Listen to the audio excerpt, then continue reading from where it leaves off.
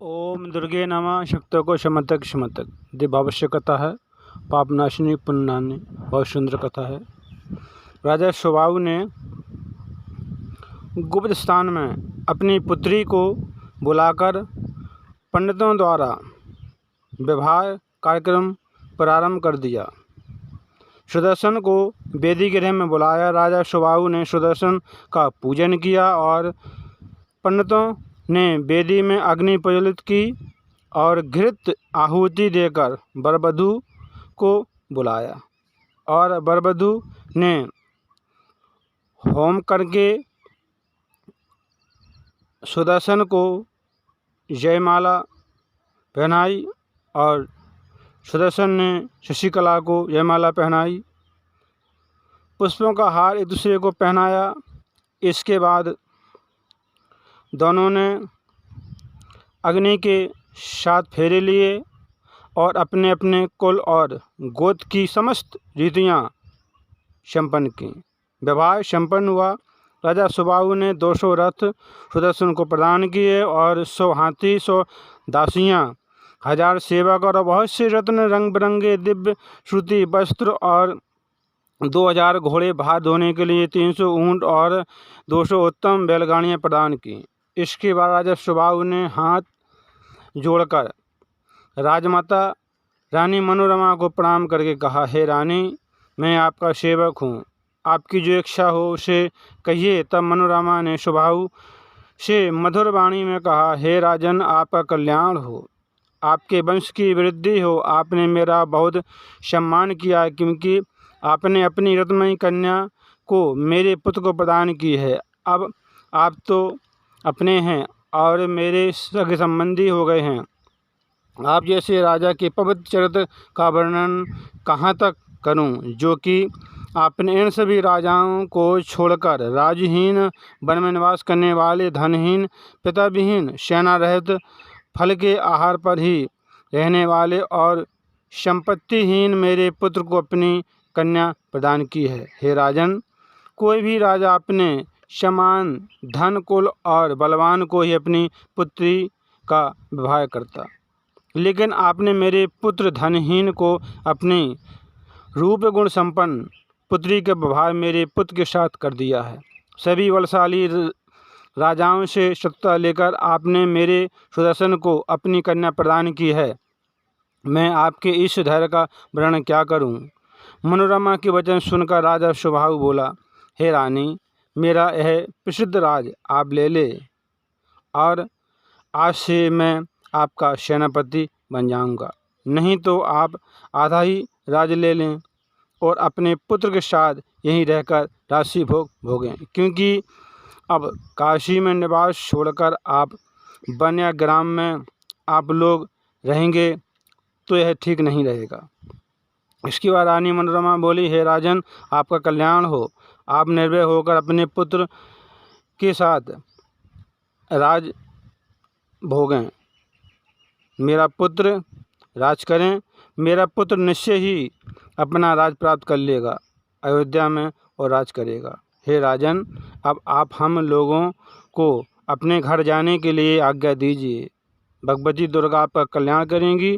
अब मुझे कोई चिंता नहीं है क्योंकि मैं निरंतर जगदम्बा भवानी का चिंतन करती रहती हूँ, इसलिए मुझे कोई चिंता नहीं रहती है। भगवती की कृपा से सब ठीक हो जाएगा। राजा सुबाहु में और रानी मनोरमा में वार्तालाप चलता रहा और रात बीत गई। जब प्रातःकाल होने पर सभी राजा विवाह हो जाने की बात सुनते हैं तो सभी राजा क्रोधित हो जाते हैं और नगर से बाहर निकलकर आपस में कहने लगते हैं कि आज हम उस कलंकी राजा सुबाहु और सुदर्शन को मार डालेंगे, शशिकला को छीन लेंगे, अन्यथा लज्जित होकर हम लोग अपने अपने घर कैसे जाएंगे। सभी राजा आपस में बातचीत कर रहे थे कि इतने में काशीपति महाराज सुबाहु अपनी कन्या का विवाह संपन्न करके सभी राजाओं के पास पहुँचे और हाथ जोड़कर कहने लगे कि सभी राजा भोजन करने के लिए मेरे घर पर पधारें। कन्या ने तो सुदर्शन को पति रूप में स्वीकार कर लिया है, मैं इस विषय में अच्छा बुरा क्या कह सकता हूँ। अब आप लोग शांत हो जाइए, क्योंकि महान लोग तो दयालु होते हैं। राजा सुबाहु की बात सुनकर सभी राजा क्रोध से तमतमा उठे और कहने लगे, हे राजन, हम लोग भोजन कर चुके हैं, अब आप अपने घर जाइए। आपको जो अच्छा लगा आपने तो कर लिया, और जो कार्य शेष रह गया है उसको भी कर लीजिए। हम सभी राजा अपने अपने घर चले जाएंगे। राजा सुबाहु के चले जाने पर सभी राजा निश्चय किया कि अब हम लोग मार्ग रोककर सुदर्शन को मारकर कन्या को छीन लेंगे। कुछ राजाओं ने कहा, अरे उस राजकुमार सुदर्शन से हमारा क्या बैर है, हमने यहाँ आए थे स्वयंवर को, सब कुछ देख ही लिया स्वयंवर को, अब हम जैसे आए थे वैसे ही चले जाएंगे। कुछ विरोधी राजा मार रोक कर खड़े हो गए और राजा सुबाहु ने 6 दिनों तक अनेक प्रकार के भोजन बनवाकर सुदर्शन को प्रेम पूर्वक खिलवाए। इसके बाद सुदर्शन ने अपने ससुर से कहा, आप हमें शीघ्र ही विदा कर दीजिए, हम निर्भय होकर यहाँ से चले जाएंगे। हे राजन, भरद्वाज मुनि के पवित्र आश्रम में पहुँचने पर सावधानी के साथ आगे रहने के लिए हम विचार करेंगे। उन राजाओं से आप कुछ भी भय न कीजिए। जगजननी जगदम्बा मेरी सहायता अवश्य करेंगी। सुदर्शन का विचार जानकर राजा सुबाहु ने सुदर्शन को धन देकर विदा कर दिया और सुदर्शन भी तत्काल चल पड़े। राजा सुबाहु भी एक विशाल सेना लेकर सुदर्शन के पीछे पीछे चल पड़े। इस प्रकार सैनिकों से घिरे हुए सुदर्शन निर्भय होकर मार्ग में चले जा रहे थे। रथों से घिरे हुए एक रथ पर अपनी पत्नी के साथ जाते हुए रघुनंदन सुदर्शन ने मार्ग में उन राजाओं की सेना को देखा। राजा सुबाहु भी उन सैनिकों को देखकर चिंतित हुए। तब सुदर्शन ने विधि पूर्वक अपने मन भगवती जगदम्बा का ध्यान किया और प्रसन्नतापूर्वक देवी की शरण ले ली। उस समय सुदर्शन एकाक्षर कामरा सर्वोत्तम मंत्र का जप कर रहे थे। मंत्र के प्रभाव से सुदर्शन अपनी पत्नी के साथ निर्भय होकर चिंता मुक्त थे। इसी भी सभी राजा एक साथ कन्या का हरण करने की इच्छा से अपनी अपनी सेना के साथ सुदर्शन की ओर बढ़े। दोनों राजाओं की सेनाओं में शंख और नगाड़े की ध्वनि हुई। सुदर्शन को मार डालने की इच्छा से शत्रुजित सेना के साथ तैयार खड़ा था और राजा यदाजित भी अपने नाती की सहायता के लिए तैयार था। और कुछ राजा अपनी सेना के साथ दर्शक के रूप में खड़े थे। तभी यदाजित आगे बढ़कर सुदर्शन के सामने जा पहुंचा और हाथ में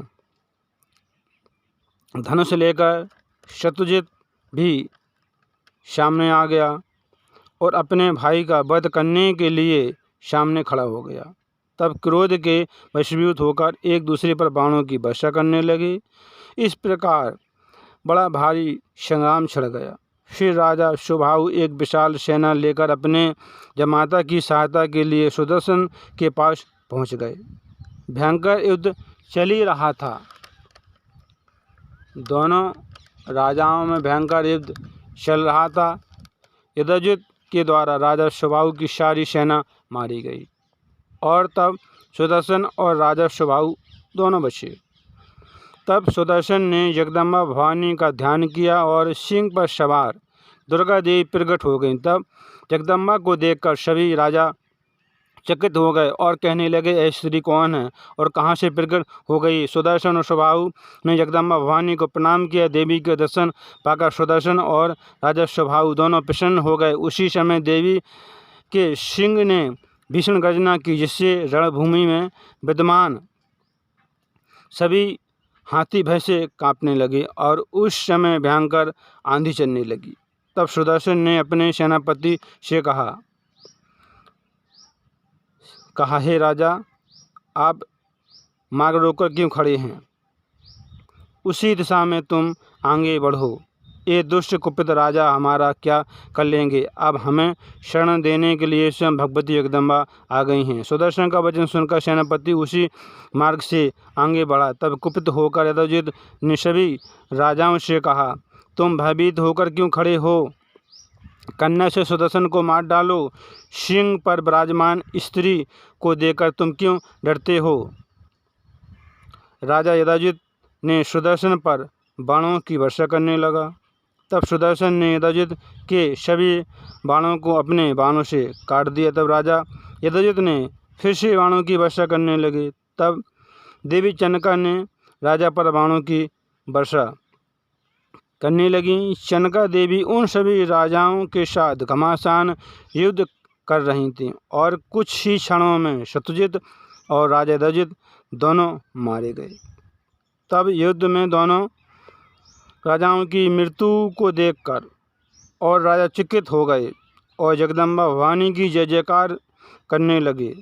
महाराज सुबाहु दोनों राजाओं की मृत्यु को देखकर बहुत प्रसन्न हुए और शत्रु विनाशिनी भगवती दुर्गा की स्तुति करने लगे। राजा सुबाहु बोले, जगत को धारण करने वाली देवी को नमस्कार, भगवती शिवा को निरंतर नमस्कार है। मनोरथ पूर्ण करने वाली भगवती दुर्गा को बार बार हम नमस्कार करते हैं। आप शिवा और शांति देवी के हम नमस्कार करते हैं। मोक्षदानी विद्या स्वरूपिणी को हम नमस्कार करते हैं। विश्वव्यापिनी जगतजननी को हम नमस्कार करते हैं। मैं सगुण मनुष्य अपनी बुद्धि से बहुत प्रकार से चिंतन करके भी आप निर्गुणा भगवती की गति को नहीं जान पाते हैं। आप ही देवी सरस्वती, आप ही बुद्धि रूप में सबके भीतर विराजमान रहती हैं। आप ही सब मनुष्यों को विद्या, मति और गति सब कुछ प्रदान करती हैं। आप ही सबके मन को नियंत्रण करती हैं।